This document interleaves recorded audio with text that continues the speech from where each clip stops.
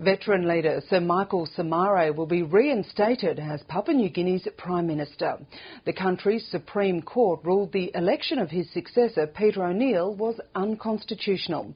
Sir Michael was controversially removed from office in August while he was out of the country seeking medical treatment. The court found there was never a vacancy in the Prime Minister's office, making Mr O'Neill's election unlawful. And I spoke to our PNG correspondent Liam Fox. Well, everyone's waiting to see what's happening after last night's dramatic court decision. We had some tense events in Port Moresby last night. There was a standoff between Peter O'Neill and several dozen armed policemen who'd barricaded Government House. That's the residence of the Governor-General. Peter O'Neill had gone there to try to get the Governor-General to essentially reconfirm him as the country's legitimate leader. There was a standoff for at least an hour, we're told, and during that time some shots were fired into the air, but Peter O'Neill did manage to get through to the Governor-General's house, but was told that the Governor-General wouldn't be meeting with him last night and certainly wouldn't be signing any instruments confirming him as the legitimate Prime Minister.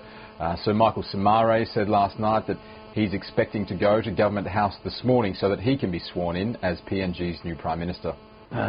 My doctors, 5 doctors who operated me. My doctors in Singapore, and there is they vowed that my health is as good as any. I'm old enough to be a 40-year-old again. Liam, you mentioned that gunshots were heard last night. That certainly suggests some unrest.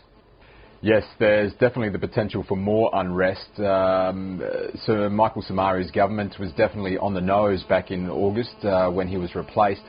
Many people were happy that Peter O'Neill took over as Prime Minister.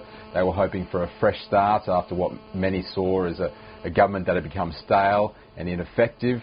So we're waiting to see if there's the potential for protests today. Certainly police are worried that there's the potential for protests and for those protests to turn ugly. In the past, peaceful protests in PNG have turned nasty with unsavoury elements in the crowds taking the opportunity to do things like loot stores and set fires and things like that. So this threat of violence is hanging in the air in Port Moresby at the moment. So Liam, where to now? It's going to be an interesting day, no doubt, with developments. That's right. We're waiting to see what happens both in Parliament and at Government House. We understand that the O'Neill camp is at Parliament House. As I mentioned before, Somare says he'll be going to Government House today to be sworn in as Prime Minister. It's really a wait and see. Effectively at the moment, the PNG has 2 Prime Ministers and the country's waiting to see who emerges as the official Prime Minister. Somare has the backing of the courts, but Peter O'Neill has the numbers in Parliament. That's Liam Fox there reporting from Port Moresby.